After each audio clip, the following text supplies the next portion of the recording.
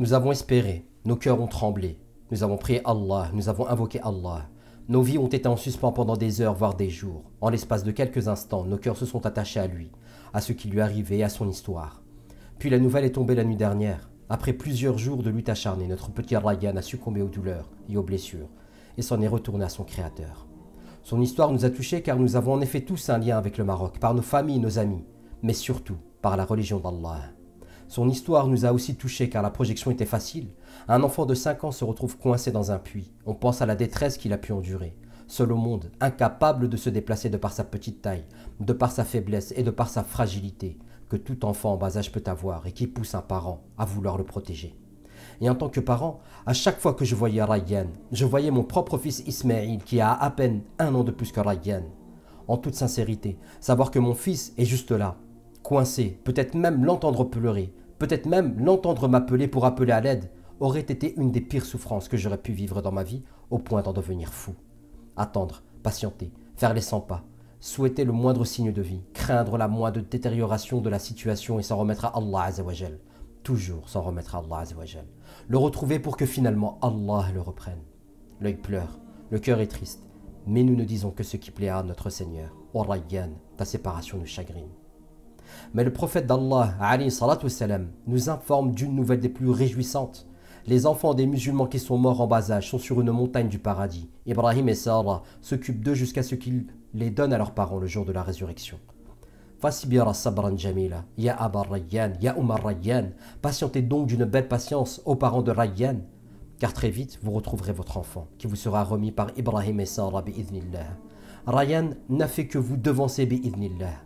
Et quand on pense à l'énorme faveur qu'Allah Azzawajal a octroyée aux parents de Rayyan, nous ne pouvons que les envier, car de leur vivant, le prophète alayhi salatu wassalam leur a assuré que leur enfant est au paradis, walhamdulillah. On connaît tous les 10 compagnons dont le paradis a été promis par le prophète alayhi salatu wassalam alors que ces compagnons étaient encore en vie. Et bien là, nous avons une promesse du prophète alayhi salatu wassalam pour les parents qui perdent des enfants en bas âge, comme c'est le cas pour Rayyan et ses parents. Allahu Akbar walhamdulillah, c'est un soulagement énorme. Car en tant que parents musulmans, si nous sommes obsédés par l'éducation de nos enfants, et en particulier l'éducation religieuse, c'est pour qu'Allah Azzawajal soit satisfait d'eux et qu'ils accèdent au paradis bi'idhnillah. Et dans ce sens, quand on réfléchit de manière un peu plus approfondie à ce qui s'est passé ces derniers jours, on en arrive à la conclusion que tous nos enfants, en réalité sans exception aucune, vivent la même situation que Rayyan a vécu. Ils sont dans le noir, plongés dans les ténèbres de cette dunya, et attendent peut-être de manière inconsciente, mais ils attendent la lumière qui les libérera. Excepté que pour nos enfants, il s'agit des ténèbres de la dunya et de la lumière d'Allah Azzawajal.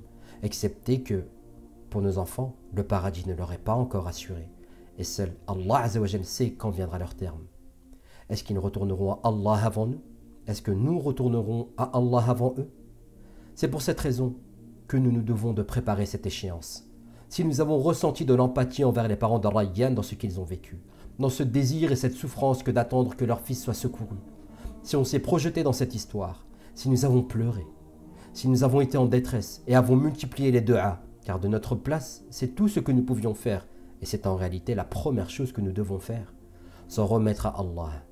Si nous avons pensé à Rayyan, à ce qu'il vivait, si nous avons espéré qu'il reste en vie, qu'il ne connaisse pas la mort, du moins, pas pour le moment, transforme cette énergie qu'Allah Azzawajal a mis en toi, et fais en sorte qu'elle soit le moteur pour que tu préserves tes enfants de l'enfer, conformément à ce à quoi Allah Azzawajal nous appelle dans son livre. Ya ayyuhalladhina amanu qu anfusakum wa ahlikum nara. Ô vous qui croyez, préservez vos personnes et vos familles de l'enfer. Et préserver ces enfants passera bien évidemment par leur éducation, sur le tawhid, sur l'amour d'Allah, sur la sunna, sur l'amour de son messager. Cela passera par leur enseigner les éléments fondamentaux d'une vie musulmane stable et équilibrée, la prière et le Coran, que leur vie dans les ténèbres de cette dunya soit éclairée, illuminée de la lumière d'Allah Azzawajal, afin que leur retour vers Allah les amène à son paradis bi'idhnillah. Ya Rab, accorde la patience, la belle patience à la famille de Rayyan. Fais en sorte que Rayyan ne les ait que devancés dans ton paradis. Ya Rab, protège nos enfants des méandres de cette dunya et de l'akhira. Ya Rab, fais en sorte que nous soyons de bons parents, qui transmettent correctement ton din. Ya Rab, accorde-nous donc une belle descendance pieuse. Amin.